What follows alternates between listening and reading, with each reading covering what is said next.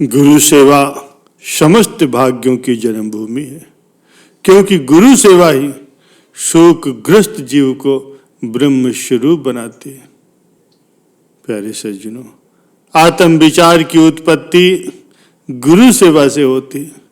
जैसे भृंगी का ध्यान करते करते कीड़ा उसी का रूप बन जाता है, उसी प्रकार से गुरु की सेवा में तत्पर रहने से शिष्य में गुरु के गुण आ जाते हैं। गुरु के आशीर्वाद का खजाना खोलने के लिए गुरु की सेवा ही चाबी है। ज्ञान मार्ग पर चलने वाला तो कोई बिरला ही तरता है, परंतु गुरु के मार्ग से जाने वाले सब के सब तर जाते हैं। जो भगवान को ढूंढने जाता है वो भगवान को तो ढूंढता ही रहता है, लेकिन जो गुरु की सेवा करता है उसको भगवान स्वयं ढूंढने आते हैं कि वो कहाँ पर सेवा कर रहा है। किसी ने सच ही कहा, गुरु की सेवा साधु जाने, गुरु सेवा कहाँ मूढ़ पिछाने। गुरु के समस्त दैवी कार्य में जो भागीदार होते हैं वे गुरु के दैवी अनुभव में भी भागीदार होते हैं। वे गुरु की कृपा और उनके आशीर्वाद के पात्र बनते हैं। प्यारे सज्जनों, जब हम गुरु दरबार की सेवा कर रहे होते हैं तो हमारे पीछे अगर हमारे घर में कोई नुकसान हो जाता है, कोई मुश्किल आ जाती है हम पर या हमारे परिवार पर, तो उस समय सद्गुरु कैसे हमारी संभाल करते हैं वो आज के इस सत्संग से पता चलेगा। प्यारे सज्जनों, एक बार एक सेठ जी कुछ दिनों की सेवा के लिए गुरु दरबार गए। बहुत मन लगा करके सेवा करते थे और हर क्षण नाम का स्मरण किया करते थे। संगत के माहौल में उनका दिल लग गया। वो सोचने लगे कुछ दिन और रुक जाता हूं, कुछ दिन और सेवा कर लूं, फिर घर जाऊंगा। प्यारे सज्जनों, ये सोच करके वो कुछ दिन और रुक गए। एक दिन की बात है, रात को जब वो सोने लगे उन्होंने देखा कि बहुत से लोग भजन कर रहे हैं। सोचने लगे कि घर पर तो मन ठीक से लगता नहीं, यहाँ पर माहौल भी है और मौका भी। उन सब के साथ बैठकर सिमरन करने लगे। भजन में उनका खूब मन लगा। वे आधी रात तक भजन सिमरन करते रहे और उसी रात उनके घर पर डाका पड़ गया।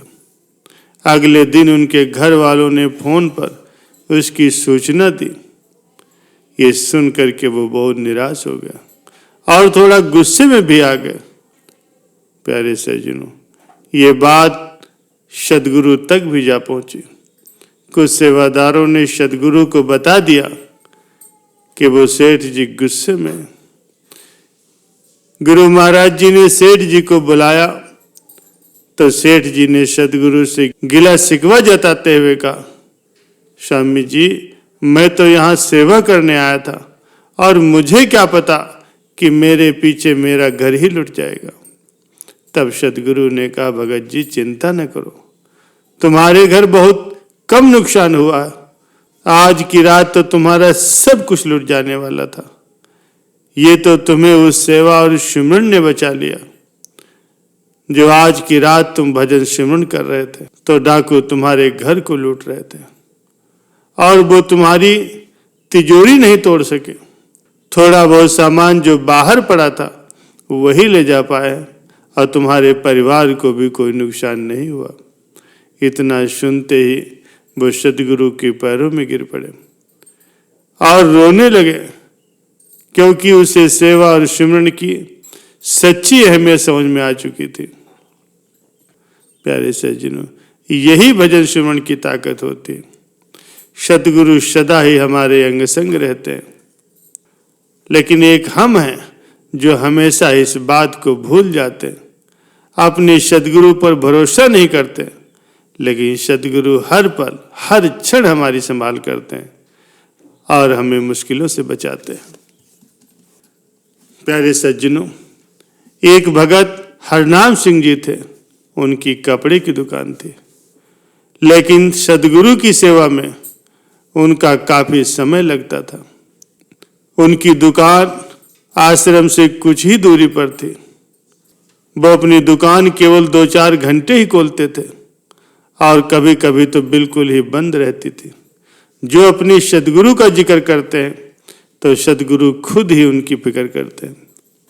हरनाम सिंह जी चाहे दुकान थोड़े समय के लिए भले ही खोलते थे, परंतु उसी थोड़े समय में ही उनको दिन भर की कमाई हो जाती थी और वो हमेशा ही गुरु का शुक्र किया करते थे। उनकी दुकान के आसपास वाले सभी दुकानदार इकट्ठे होकर के उनके पास आए और कहने लगे, हरनाम सिंह जी, एक बात हमारी समझ में नहीं आती।